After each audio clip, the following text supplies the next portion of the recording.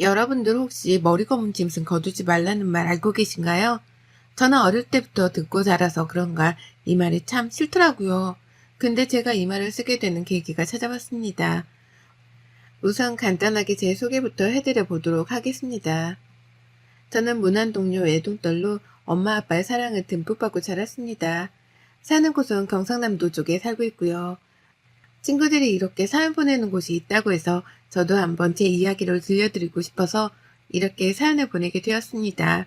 저는 지금 30대 중반으로 가고 있는 평범한 여성입니다. 저에게는 10년 동안 사귄 남자친구가 있는데요. 대학교 때 CC로 만난 저희는 오랫동안 만나왔고 남자친구가 군대를 갔을 때 또 취업으로 힘들 때에도 다 함께하고 동고동락한 사이라고 할 수 있습니다. 뭔가 연인에서는 없을 정도의 끈끈한 정이 있는데요. 저는 엄마 아빠가 오랫동안 자영업을 해오셨는데 이제 나이가 어느 정도 있으셔서 제가 도맡아서 2호점을 운영하고 있어요. 1호점은 엄마 아빠가 하고 계시는데 원래 1, 2호점 두 분 다 하시다가 너무 힘들어 하셔서 제가 맡아서 운영하고 있습니다. 워낙 오래 한 곳이기도 하고 배송 서비스도 시작하는 바람에 운영이 굉장히 잘 돼 바쁜 나날들을 보내고 있죠. 남자친구는 3년 동안 공무원 시험을 준비하다가 이번에 또 떨어지게 되면서 그냥 일반 회사에 들어간 직장인이고요. 저희 둘은 코로나 때문에 결혼식을 아직 못 올리고 함께 살고 있는데요. 처음에는 동거할 계획은 없었지만 코로나 탓에 결혼식이 미뤄지면서 내년 봄으로 식장을 다시 예약하고 지금은 함께 살고 있는 사이랍니다. 근데 남자친구와 지낼수록, 아니 애랑이와 지낼수록 자꾸만 우리가 결혼해서 잘 살 수 있을까 하는 의문이 듭니다. 그 의문은 애비 시댁 때문인데요. 오래 사귀었지만 서로 너무 어릴 때 만나서 그런가 부모님을 굉장히 늦게 뵌 편이기도 하고 애랑이한테 들어서 대충 애비 시댁의 성격은 알고 있었지만 실제로 뵈니 생각보다 더 심한 시어머니의 간섭에 이 결혼 과연 진행시켜도 될까 하는 마음이 들었습니다. 그럴 때마다 저희 부모님은 늘 네가 가장 행복한 게 중요하다라고 하셨기 때문에 가끔 결혼을 그만두고 싶을 때도 많았는데요. 하지만 남자친구만큼 저를 많이 이해해주는 사람도 없고 가장 순수할 때 만났던 사이라 사실 또 내가 이런 사람과 헤어져서 다른 사람과 결혼을 할 수 있을까도 생각하게 돼 지금까지 만나왔던 것 같습니다. 근데 언제부터인지 시댁에서 저에게 은근슬쩍 여러 일들을 자꾸만 해달라고 하시는 거예요.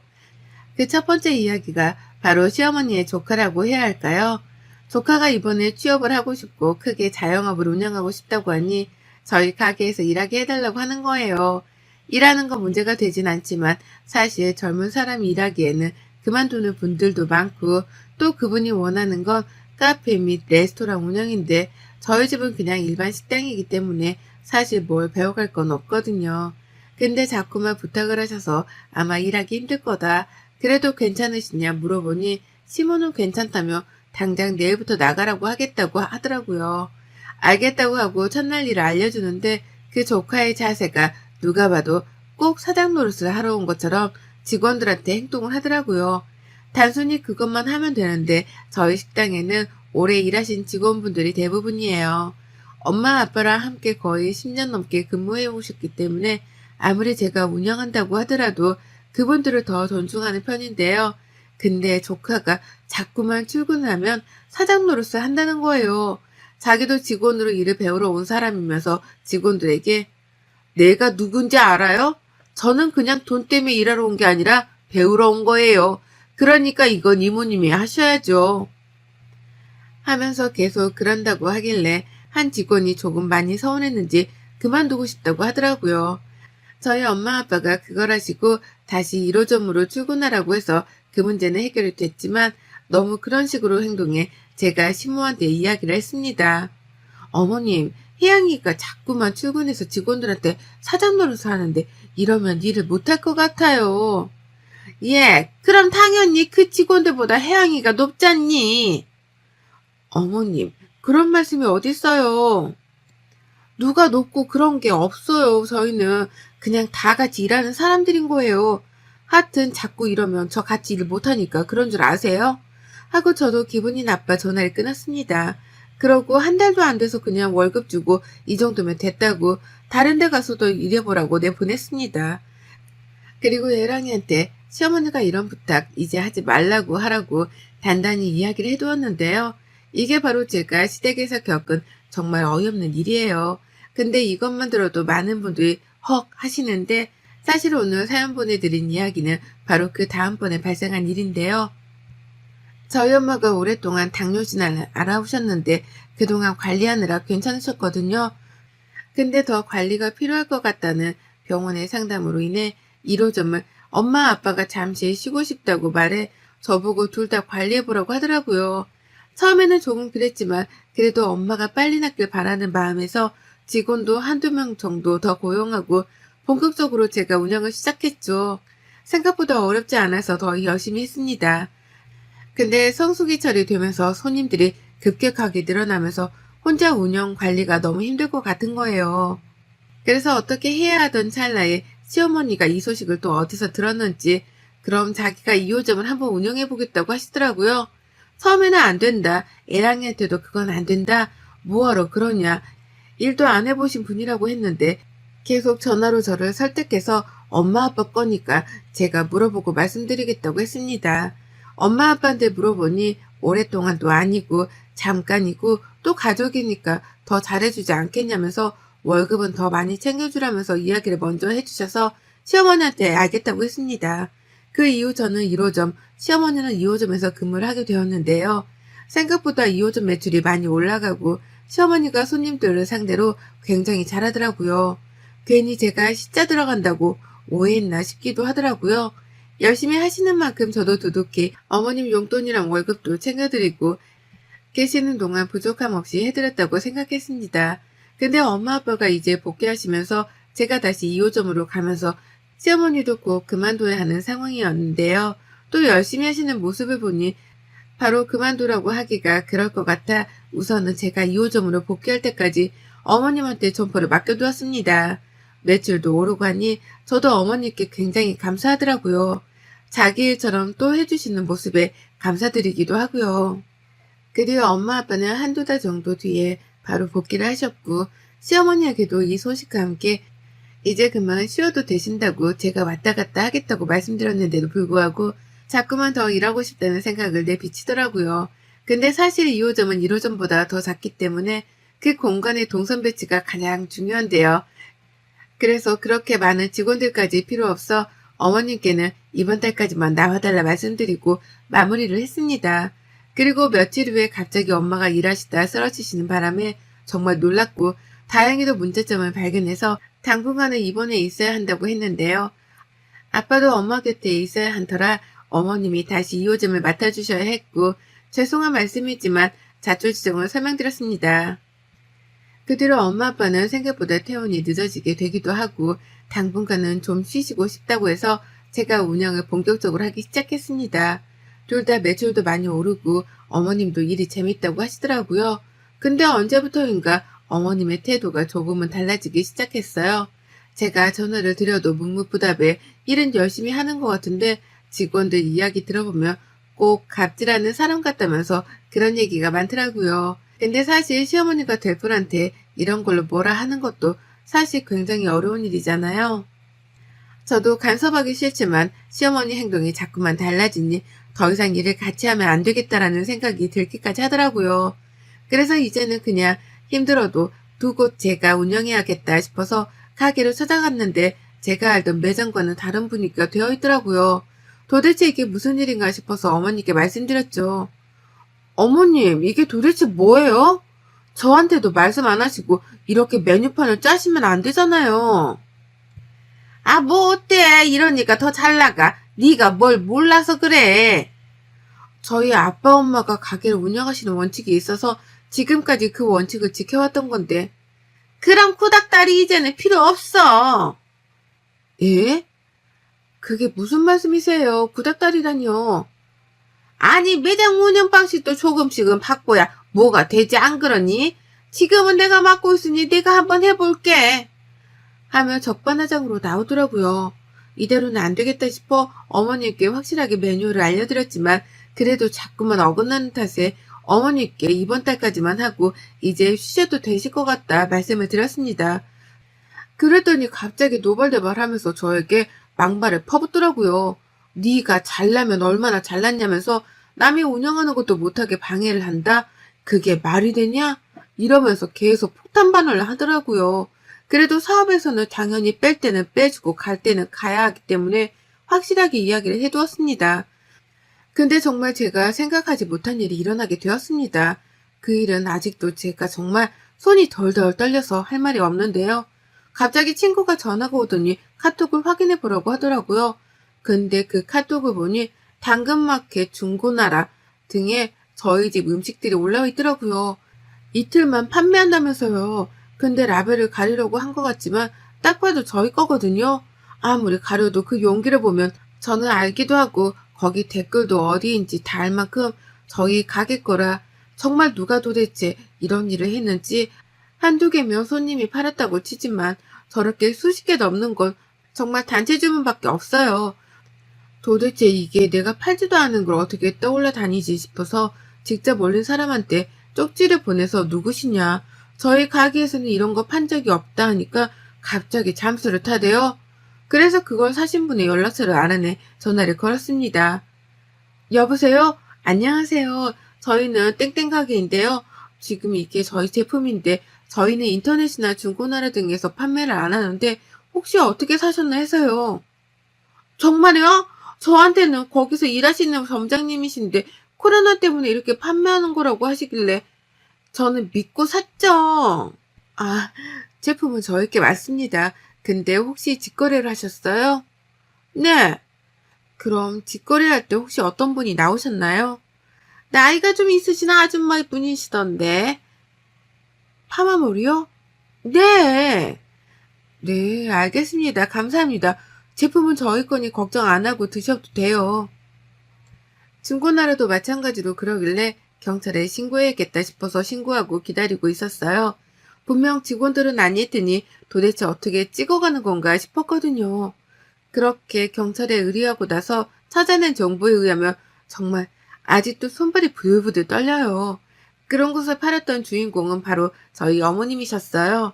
어머님은 지금까지 저희 가게에서 일하면서 뒤에서 야금야금 반찬부터 게장까지 다 포장해 직접 가져다 드리기도 하고 판매하신 기록이 나오더라고요. 경찰에서 IP 추적 수소를 보니 어머님 동네더라고요. 그냥 말씀드리면 저한테 노발대발 할 것 같아 바로 그 증거들을 가지고 어머님네로 쳐들어갔습니다. 가지고 온 종이들을 하나씩 나열하면서 어머님의 만행을 다 까발려 드렸죠.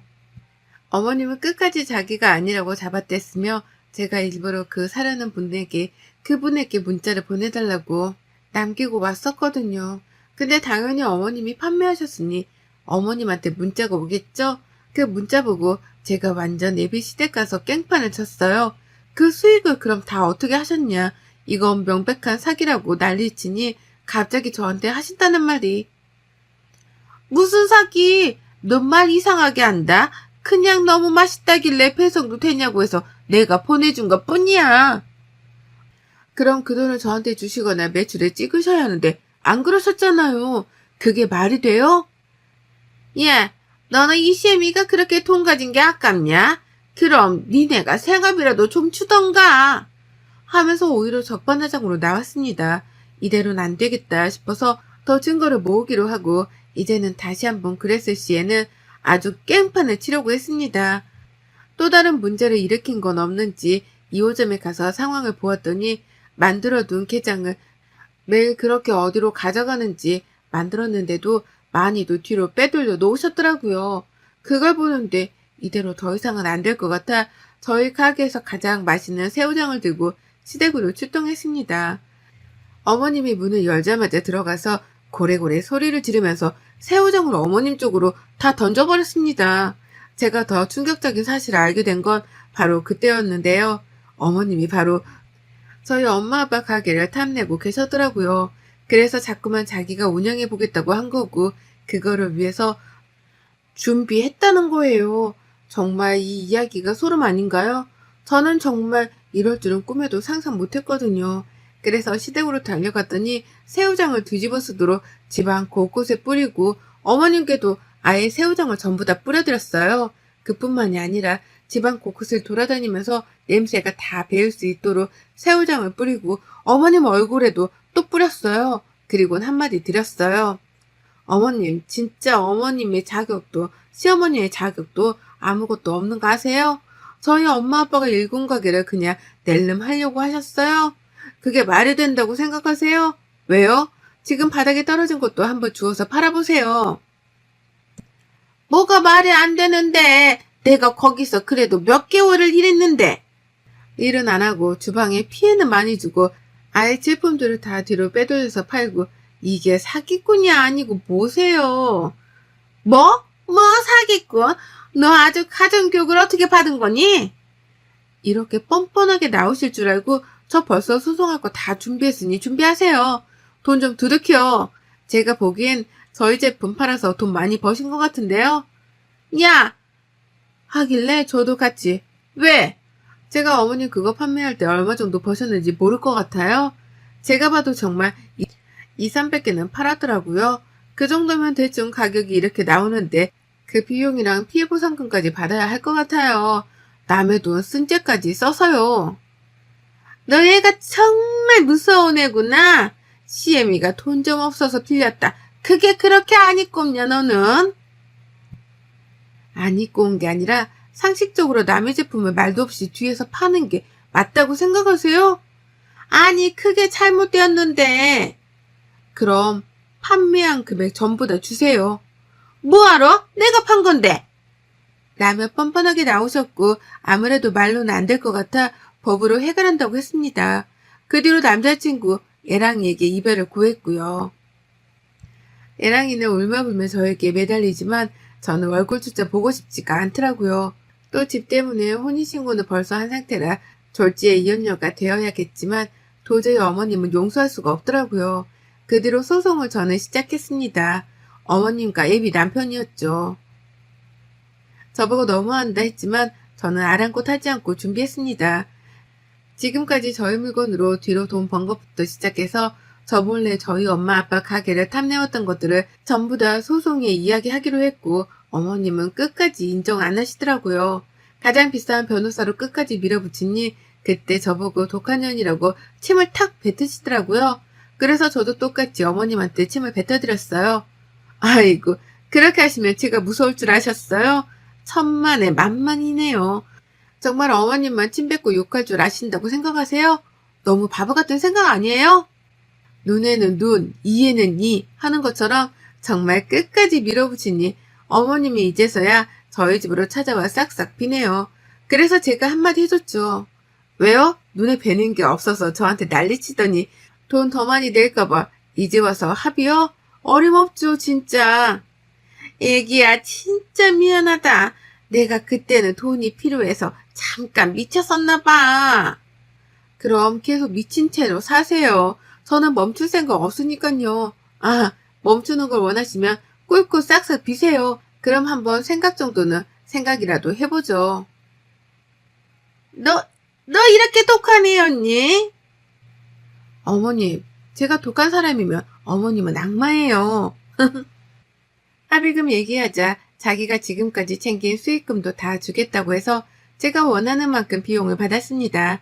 그 뒤로 저희 집에 있던 애랑이 짐은 전부 다 한 트럭에서 보내고 합의이혼하고 다시 저의 일상으로 돌아왔습니다. 그리고 애비신랑과 시어머니가 될 뻔한 분은 어떻게 된지 아세요? 지금 집이 경매로 넘어간 상황이라고 합니다. 알고 봤더니 어머님이 주식에 미쳐 돈을 다 끌어다 썼는데 이번에는 대출도 여러 군데서 받아서 그 주식에 다 투자했다고 해요. 그래서 그렇게 돈이 필요한 거였고 뒷거래로 저희 제품들도 가져다 판 거죠. 정말 생각하기도 싫었던 한 해인 만큼 제가 원하는 합의금 받고 이제 발 뻗고 자려고 합니다. 이래서 머리끈 짐승은 거두는 게 힘들다더니 바로 이런 말이 아닐까 싶습니다. 그렇게 저는 다시 솔로가 되었고 엄마 아빠는 한참을 위로하시다가 저보고 이제 행복만을 위해서 살라고 말씀해 주시네요. 이렇게 처음 믿고 사랑했던 사람과 쓸쓸하게 이별을 맞이했지만 이 또한 경험으로 생각하고 앞으로 정말 좋은 남자 시댁을 만날 수 있지 않을까 싶습니다. 이렇게 저의 긴 글을 읽어주신 모든 분들께 참 감사하다는 말씀을 드리고 싶습니다. 오늘은 저의 이야기가 많은 분들에게 공감했으면 좋겠어서 이렇게 보냈는데요. 맥주 마시면서 쓰니까 다시 기억이 떠올라 힘들었네요. 늘 행복한 기억만 가득하세요. 여러분의 생각은 댓글로 남겨주세요. 오늘도 시청해 주셔서 정말 감사합니다.